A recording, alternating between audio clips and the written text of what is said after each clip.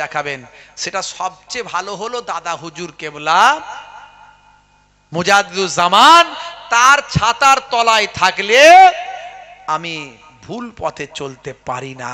কারণ তিনি ছোটখাটো আলেম ছিলেন না, ছোটখাটো পীর ছিলেন না, ছোটখাটো ওলি ছিলেন না।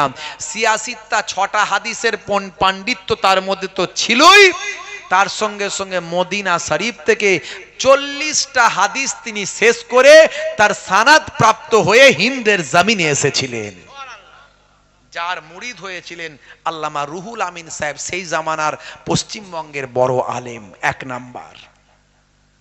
তা এত যখন আমি বুঝি না, দাদা হুজুর কেবলা যেটা বুঝিয়েছেন সেটা বুঝবো, মিটে গেল ঝামেলা। আর যে বলছে তুই তোর নিয়ে থাক আমি আমার নিয়ে থাকি, ব্যাস ঝামেলা মিটে গেল।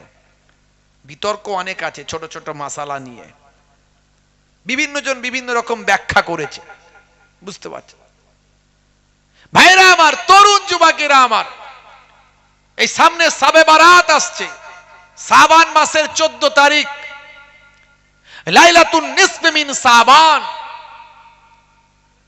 যেটা শাবান মাসের মধ্য রজনী বলা হয়।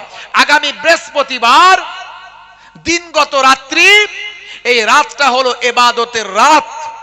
পরের দিনে রোজা রাখবেন, ওই দিনে নামাজ পড়বেন। হাদিস পাক থেকে প্রমাণ, অনেক হাদিসের মধ্যে এসেছে, বিভিন্ন কিতাবে এসেছে। কিছু কিছু মানুষ বলে শবে বারাতের রাত্রিতে নামাজ পড়া চলবে না, বহুত গুনাহগার, ওরে সর্বনাশ, নামাজ পড়লে নাকি গোনা হবে বলছে। কি বিপদ বলুন দেখিনি, আখেরি জামানায় কঠিন পরিস্থিতি। এখন এত বক্তা বেরিয়েছে, এমন এমন বক্তা বেরিয়েছে, আপনি কি বুঝবেন বলুন দেখিনি। এখন আপনি সাদাসিধে মানুষ, এক বক্তা এই এক বলে, ও এক বলে, নামাজ পড়া নাকি বেদাত। এতদিন এটা ওটা শুনতাম, এখন বলছে নামাজ পড়া বেদাত, রোজা রাখা বেদাত। হাই রে হাই। বন্ধুরা আমার, তরুণ যুবকেরা আমার, অনেক হাদিসের মধ্যে এসেছে। আমি আপনাদেরকে একটা হাদিস শোনাই, সুনানে ইবনে মাজাহ হাদিস নাম্বার 1388। এই হাদিসটা সম্পর্কে কেউ কেউ বলেছেন যায়িফ, কেউ কেউ বলেছেন হাসান পর্যায়ের হাদিস। তবে ইবাদতের ক্ষেত্রে, আমালিয়াতের ক্ষেত্রে যায়িফ হাদিসকেও ওলামারা বলছেন মানতে হবে। যদি সেটা যায়িফ হয়, দুর্বল হয়, মানে সেটা তো নবীর কথা নয় তা নয়, দুর্বল, তার কোনো রাবি বা কার কাছ থেকে শুনেছেন, সেক্ষেত্রে একটা দুর্বলতা আসতে পারে, যে ওই ব্যক্তিটা বলেছেন, এটা একটু গন্ডগোলে হতে পারে। কিন্তু যদি সেটা ইবাদতের ক্ষেত্রে, ভালো কিছুর ক্ষেত্রে হয়, ওলামারা বলছেন ওটা মানবে, মেনে চলা জায়েজ, মেনে চলা উত্তম। এছাড়া এই হাদিসটাকে অনেকে আবার হাসান পর্যায়ের হাদিস বলেছেন, অনেকে বলেছেন এই হাদিসটা সঠিক হাদিস, কোনো অসুবিধা নাই। ইবনে মাজাহ শরীফের হাদিসের মধ্যে এসেছে, ভাইরা আমার, তরুণ যুবকেরা আমার, মুরব্বিয়ানেরা আমার, আন আলী ইবনে আবি তালিব রাদিয়াল্লাহু তাআলা আনহু ক্বালা ক্বালা রাসূলুল্লাহ সাল্লাল্লাহু আলাইহি ওয়াসাল্লাম। হযরত আলী রাদিয়াল্লাহু তাআলা আনহু থেকে এই হাদিসটা বর্ণিত হয়েছে। তিনি বলেন, রাসূলুল্লাহ সাল্লাল্লাহু আলাইহি ওয়াসাল্লাম বলেন, ইজা কানাত লাইলাতুন নিসফ মিন শাবান, যখন তোমাদের মাঝখানে শাবান মাসের মধ্য রজনী উপস্থিত হবে, তখন কি করবে? ফাকুমু লাইলাহা ওয়াসুমু ইয়াওমাহা, তোমরা রাতের বেলা নামাজ পড়বে, দিনের বেলা রোজা রাখবে। জোরে হবে না? আচ্ছা, নামাজ পড়া রোজা রাখা ভালো না খারাপ? জোরে বলেন না। কোন খারাপ কাজ এটা? তাহলে এটাকে কেউ কি করে বেদাত বলে, চলবে না বলে, হারাম বলে? কি আশ্চর্য! কত রকমের মৌলবি বেরিয়েছে এখন। আমেরিকা, ব্রিটেন, এদের কাছ থেকে সব ডলার পায়, ডলার, এদের অ্যাকাউন্টে ডলার ঢুকে যায়। আর এরা এই সমস্ত, যখন যেটা আমাদের প্রোগ্রামগুলো আসে, এই শবে কাদারের সময় আসবে, তখন ওরা একটা ফতোয়া দেবে, শবে বারাতের সময় আসবে একটা ফতোয়া দেবে, শবে মেরাজের সময় আসবে একটা ফতোয়া দেবে। হ্যাঁ, যখন যেটা ইসলামের মধ্যে আসবে, ওরা সেগুলো তার ঠিক নেগেটিভ একটা বিরোধিতামূলক ফতোয়াবাজি করে ইন্টারনেটে ভাইরাল হয়ে যাবে, মানুষের মধ্যে বিভ্রান্ত তৈরি হয়ে যাবে।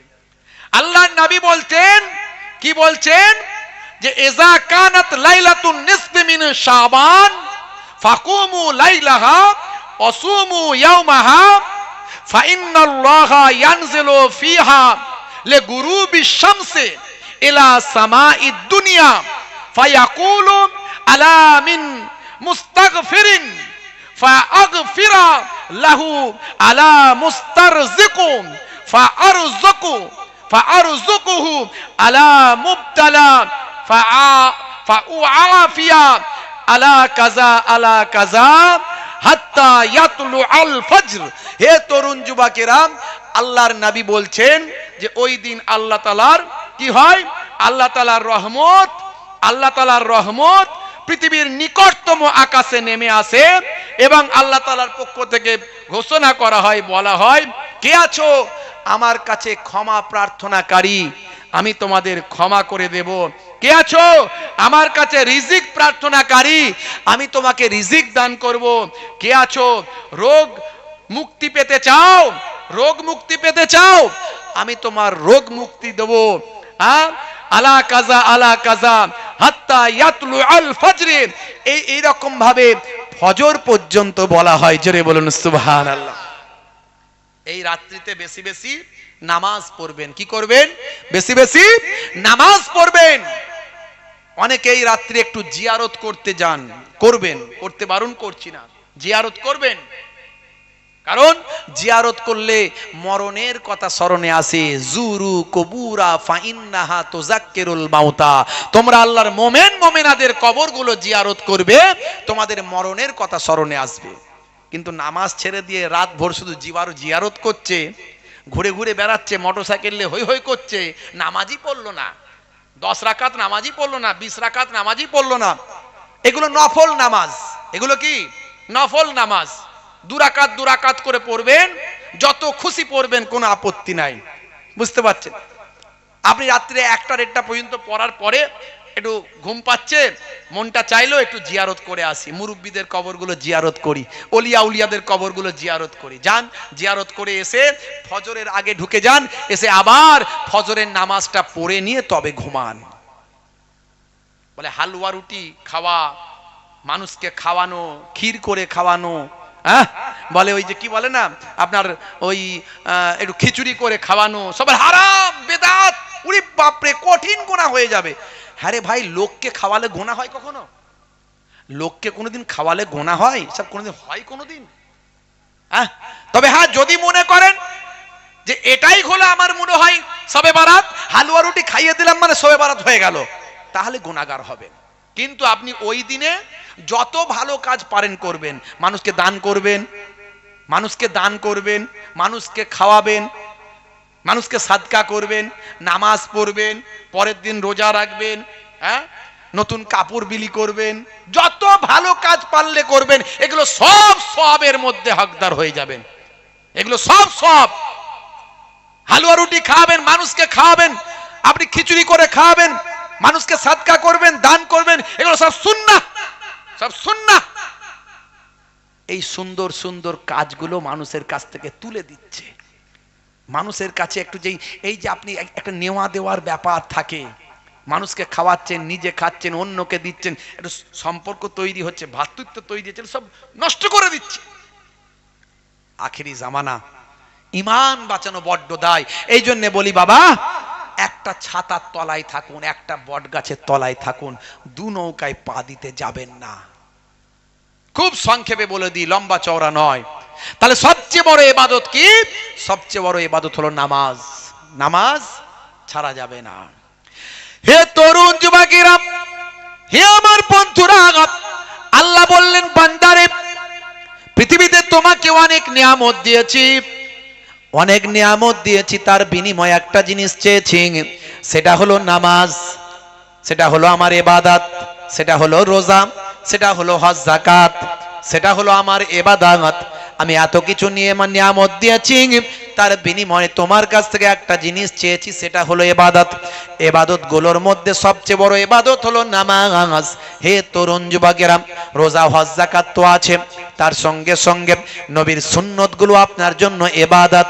মনে রাখবেন, ডান দিকে কাত হয়ে ঘুমানো সুন্নত, বসে পানি পান করা সুন্নত, চেটে বুচে খাবার খাওয়া সুন্নত। অনেক সুন্নত আছে। ছোটদের স্নেহ করবেন, বড়দের সম্মান করবেন, রাস্তা থেকে কষ্টদায়ক বস্তু সরিয়ে দেবেন, পিতামাতার সেবা করবেন, পিতামাতার দেখভাল করবেন, স্ত্রীর সঙ্গে ভালো ব্যবহার করবেন, বাড়িতে ছোট ছোট কাজগুলোতে স্ত্রীর সঙ্গে সহযোগিতা করবেন। এগুলো সব সুন্নত, সব ইবাদতের সওয়াব পাবেন। তবে মনে রাখবেন, সবচেয়ে বড় ইবাদত হলো নামাজ। সেই নামাজ ছেড়ে দিলে চলবে না।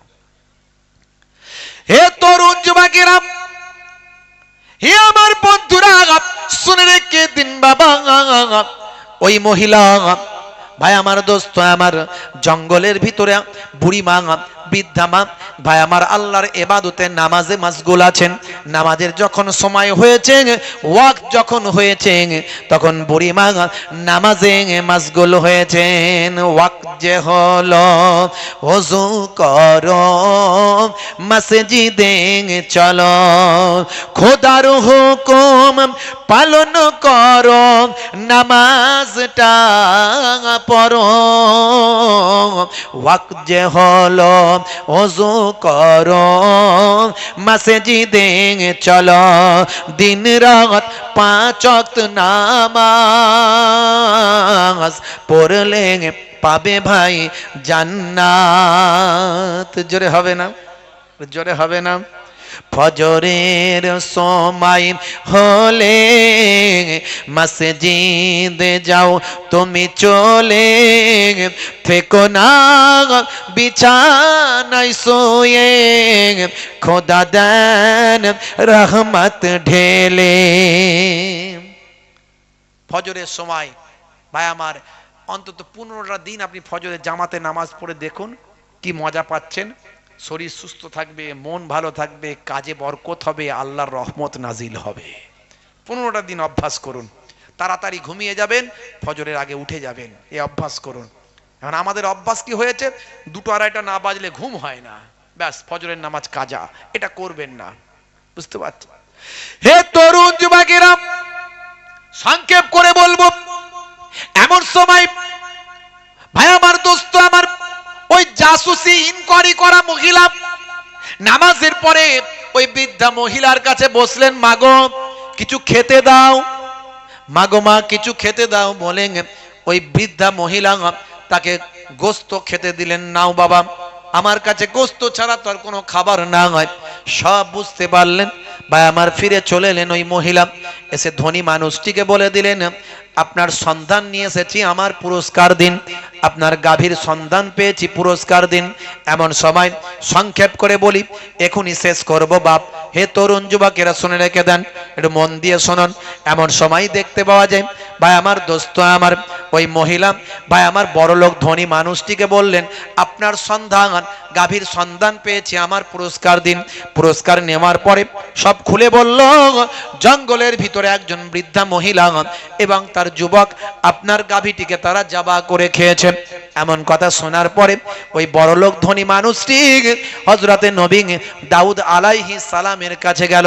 দাউদ নবীকে গিয়ে বলল, নবী দাউদ, আপনি হলেন পয়গম্বর, আবার আপনি হলেন বাদশা, আপনি বিচার করে দিন। আমার একটা গাভী ছিল বড় প্রিয়, গাভীটিকে আমি বড় ভালোবাসতাম। ওই গাভীটাকে জঙ্গলে একজন মহিলা এবং তার যুবক থাকে, তারা বড্ড বাজে মানুষ, বড্ড বদমাইশ। তারা মানুষের সব কিছু হরণ করে খেয়ে নেয়, মানুষের সব কিছু চুরি চামারি করে। আমার গাভীটিকে তারা খেয়ে ফেলেছে, এর বিচারটা আমি আপনার কাছে পেতে চাই, এর বিচারটা আপনার কাছে পেতে চাই। এমন সময় নবী সুলাইমান আলাইহিস সালাম বললেন, ঠিক আছে, আমি তোমার বিচারটা আমি ঈদের দিনে করে দেব, ঈদের দিনে তোমার বিচারটা হবে, যাও ঈদের ময়দানে বিচার হবে। সুলাইমান নবী পাঠিয়ে দিলেন, দাউদ নবী পাঠিয়ে দিলেন, যাও জঙ্গল থেকে এই মহিলা আর ওই যুবককে ধরে নিয়ে এসে ঈদের ময়দানে হাজির করবে সেনাবাহিনী, তোমরা চলে যাও। সবাই যখন চলে গেল, ফারিস্তা জিবরাইল আলাইহিস সালাম নবী দাউদ আলাইহিস সালামের কাছে এসে হাজিরা দিল। হে তরুণ যুবকেরা, হযরত নবী দাউদ আলাইহিস সালাম, এমন সময় ফারিস্তা জিবরাইল আলাইহিস সালাম দাউদ নবীর কাছে এসে বলেন, ও নবী দাউদ, আমার আল্লাহ আপনাকে সালাম দিয়েছেন আর একটা কথা জানিয়ে দিয়েছেন, আপনি যে বিচারটা করবেন এই বিচারটার আসল রহস্যটা আপনার কাছে জানিয়ে দিই। আমার আল্লাহ আপনাকে পাঠিয়ে দিয়েছেন, শুনে রেখে দেন, যে ধনী মানুষটা আজকে আপনার কাছে বিচারের জন্য এসেছে। আসলে এই মানুষটা হলো খুব খারাপ লোক, এ হলো একজনের গোলাম, ওই যে বৃদ্ধা আরো তার যুবক, ওই যে সন্তান, এদের স্বামী অর্থাৎ ওই বৃদ্ধার স্বামী, তিনি হলেন আসল ধনী মানুষ। আর এই যে মানুষটা আজকে ধনী, এ হলো তার গোলাম। এই গোলামকে সঙ্গে নিয়ে ওই ধনী মানুষটা ব্যবসায় গিয়েছিলেন। পথে সিরিয়ায় যখন পৌঁছেছিলেন, সিরিয়ায় যাবার পরে এই গোলামটি ধনী মানুষটিকে অর্থাৎ এই বৃদ্ধার স্বামীকে হত্যা করেন। বৃদ্ধার স্বামীকে হত্যা করে তার সমস্ত ব্যবসায়ীর মালপত্রগুলো সব হরণ করে, হরণ করে সেখান থেকে বিক্রি বাটা করে সে আজকে ধনী লোক হয়ে গিয়েছে।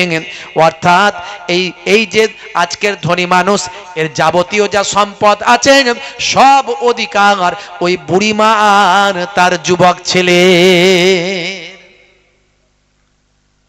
ফারিস্তা জিবরাইল আলাইহিস সালাম সব বুঝিয়ে দিলেন। বুঝিয়ে দেওয়ার পরে আল্লাহর নবী বললেন, ঠিক আছে। হে তরুণ যুবকেরা, তার সঙ্গী ফলোয়ার্সদের বললেন, হুজুর, হে আমার সঙ্গী ফলোয়ার্স সাহাবারা, শুনে রেখে দাও, জেনে রেখে দাও, তোমাদেরকে একটা কিয়ামতের নমুনা দেখাবো।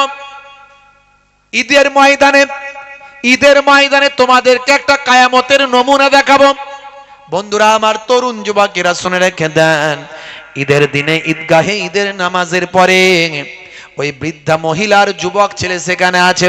ধনী মানুষটি বললেন, হুজুর, আমার ফায়সালাটা করে দিন, এই বৃদ্ধা আর তার যুবক ছেলেকে চরম কঠিন শাস্তি দিন। তারা আমার গাভীটাকে ভক্ষণ করেছে, আমার সম্পদ হরণ করেছে, কঠিন শাস্তি দিন। সেই সময় হযরতে নবী দাউদ আলাইহিস সালাম বললেন, হে যুবক, হে ধনী মানুষ, শুনে রেখে দাও, তোমার বিচার তো অবশ্যই করব। আসল কথা হলো, শুনে রেখে দাও, তুমি যাওয়ার পরে আমার আল্লাহর পক্ষ থেকে ফারিস্তা জিবরাইল আলাইহিস সালাম আমার কাছে এসে সব রহস্য খুলে দিয়েছেন। তুমি আসলে ছিলে একজন গোলাম, আজ তুমি ধনী হয়েছ। এই বৃদ্ধার স্বামী হলেন আসল ধনী, যাকে তুমি হত্যা করেছ। শুনে রেখে দাও, তোমার সাজা হবে ফাঁসি, আর তোমার সব সম্পদ এই বৃদ্ধা এবং তার যুবককে দিয়ে দেওয়া হবে। আজকের বিচার এটাই হলো আমার রায়। জোরে হবে না? এমন সময় ধনী মানুষটি বলল, হুজুর, এটা আপনি ন্যায় বিচার করছেন? আমার গরু হারালো, আমার গরু খেয়ে ফেললো, বিচারের জন্য আমি এলাম, আর আপনি আমাকে বলছেন ফাঁসি দেবেন, আমার সব মাল নাকি ওদের দেবেন। এসব বানানো কথাবার্তা কোথায় পেলেন? হে তরুণ যুবকেরা, আল্লাহর নবী বলেন, আমি জানি তুমি এরকম কথা বলবে, এই জন্য আমি সবাইকে বলেছি যে কিয়ামতের একটা নমুনা দেখাবো, কিয়ামতের নিদর্শন দেখাবো। কিয়ামতের দিনে যেটা ঘটবে আজকে ঈদের মাঠে আমি সেটা ঘটাবো। আচ্ছা শোনো শোনো শোনো, আমি নবী দাউদ আলাইহিস সালাম বলি, মাবুদ আল্লাহ, তুমি আমাকে নবী বানিয়েছো, তুমি যদি আমার দোয়া কবুল করো তাহলে এই ব্যক্তির জবানটা বন্ধ করে দাও, এই ব্যক্তির জবানটা বন্ধ করে দিয়ে তার হাতের জবান খুলে দাও, তার পায়ের জবান খুলে দাও, তার শরীরের অঙ্গ পতঙ্গের জবান খুলে দাও, সেখান থেকে তার সত্য বয়ান আমাদের সবাইকে শুনিয়ে দাও, যেটা তুমি কিয়ামতের দিনে মানুষের মধ্যে থেকে করবে। মানুষের জবান সেদিন বন্ধ হবে। চোর বলবে আমি চুরি করিনি, আল্লাহ বলবেন, হে চোরের হাত তুমি বলো চুরি করেছিল কিনা। হে তরুণ যুবকেরা, অপরাধী বলবে আমি অপরাধ করিনি, আল্লাহ বলবেন তার জবান বন্ধ করে দাও। হে অপরাধীর হাত, তুমি বলো অপরাধ করেছিল কিনা। সুদখোর বলবে আমি সুদ খাইনি। আল্লাহ বলবেন হে হে জবান তুমি বন্ধ হয়ে যাও। সুদখোরের হাত, তুমি বলে দাও সুদ খেয়েছিলে কিনা। হে তরুণ যুবকেরা, কিয়ামতের দিনে আমার আল্লাহ ঠিক এইভাবেই বিচার করবেন। সূরার নাম হলো সূরা সিন, সূরা ইয়াসিন।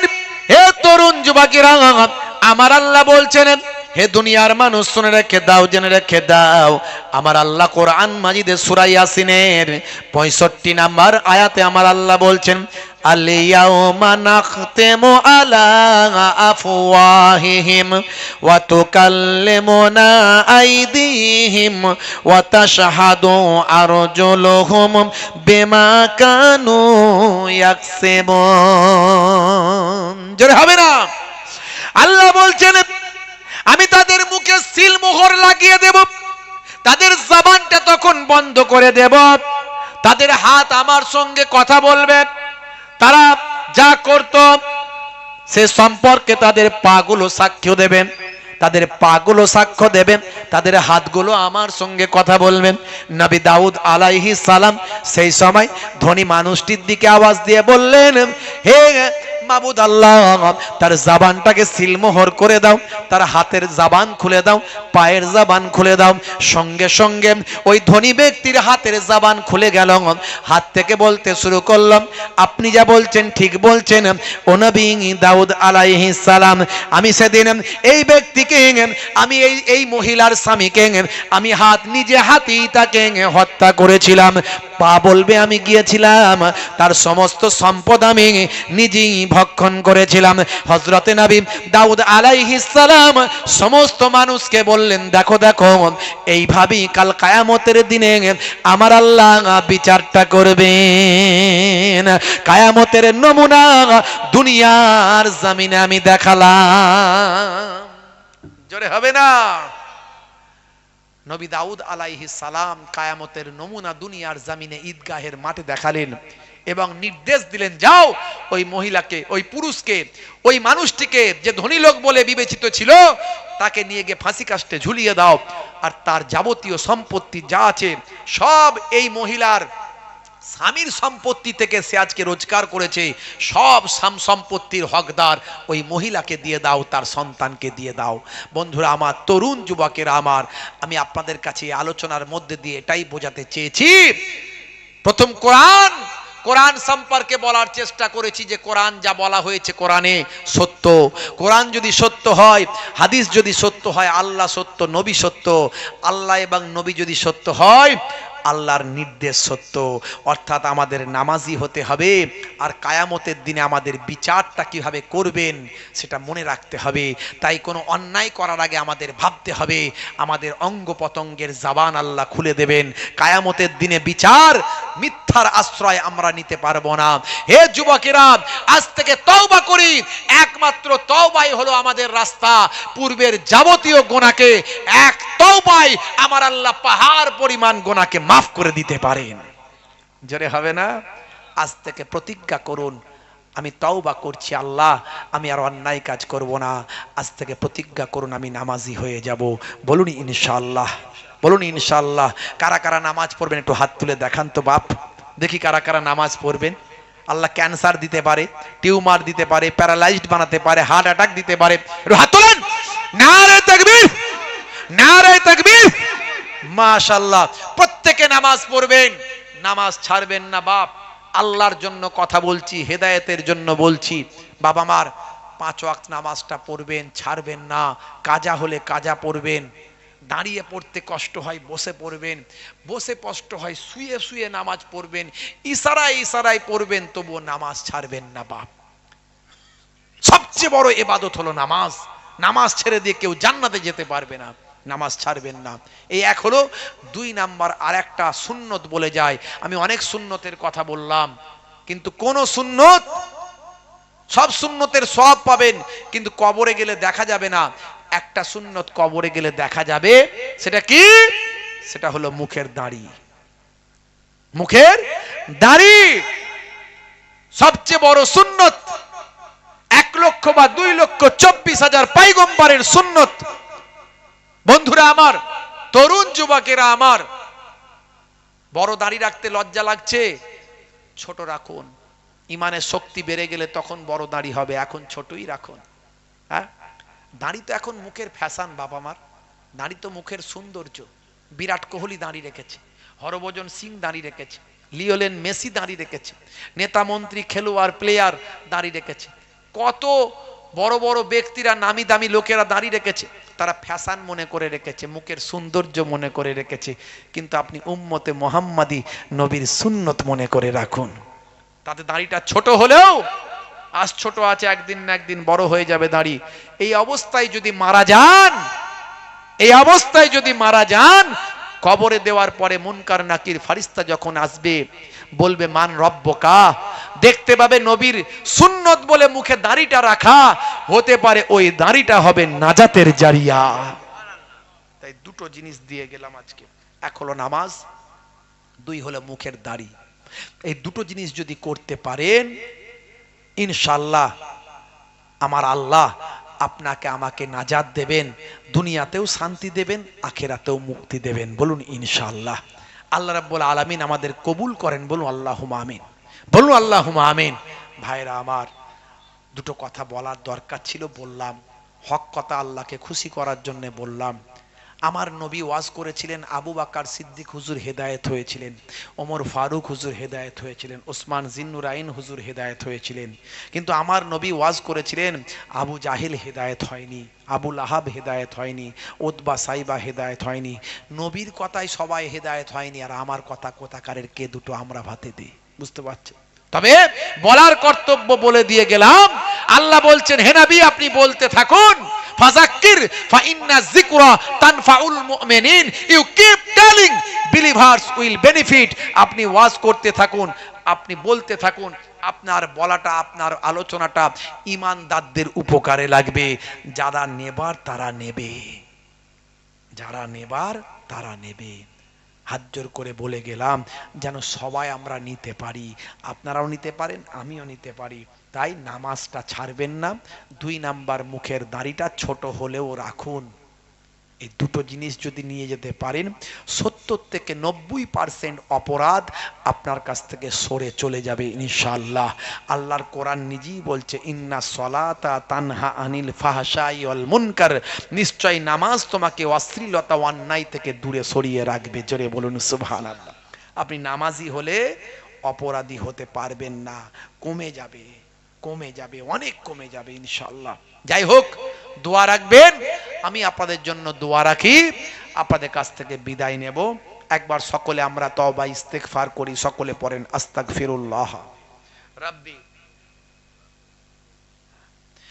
সকলে পড়েন আস্তাগফিরুল্লাহ রাব্বি মিন কুল্লি জামবি ওয়া আতুবু ইলাইহি, লা হাওলা ওয়ালা কুওয়াতা ইল্লা বিল্লাহিল আলিউল আযীম। এই তওবার উপর কায়েম থাকবেন। আজ থেকে তওবা করলেন, এই তওবার উপর মজবুত থাকবেন। আর ভাইরা আমার, প্রত্যেকে 3 বার সূরা ফাতিহা, 3 বার সূরা ইখলাস, 3 বার দরুদ শরীফ পাক তেলাওয়াত করেন, আখিরি মোনাজাত করা হবে। একটা দাওয়াত আপনাদের দিয়ে যায়, একটা দাওয়াত দিয়ে যায়, সেটা হলো এই সামনে ফাল্গুন মাসের 10 তারিখ, 10ই ফাল্গুন, আমার মরহুম বজলু ভাই তিনি অনেকবার আপনাদের সকলকে নিয়ে গেছেন। এবছরে তিনি আর হায়াতে নাই, তার জন্য আমরা এখানেও আজকে দোয়া চাইব, আর আমার দরবারেতেও খাসভাবে দোয়া চাইব। খুব ভালোবাসার মানুষ ছিলেন, আমার খুব ভক্ত মহাব্বতের মানুষ ছিলেন, প্রায় ফোন করতেন।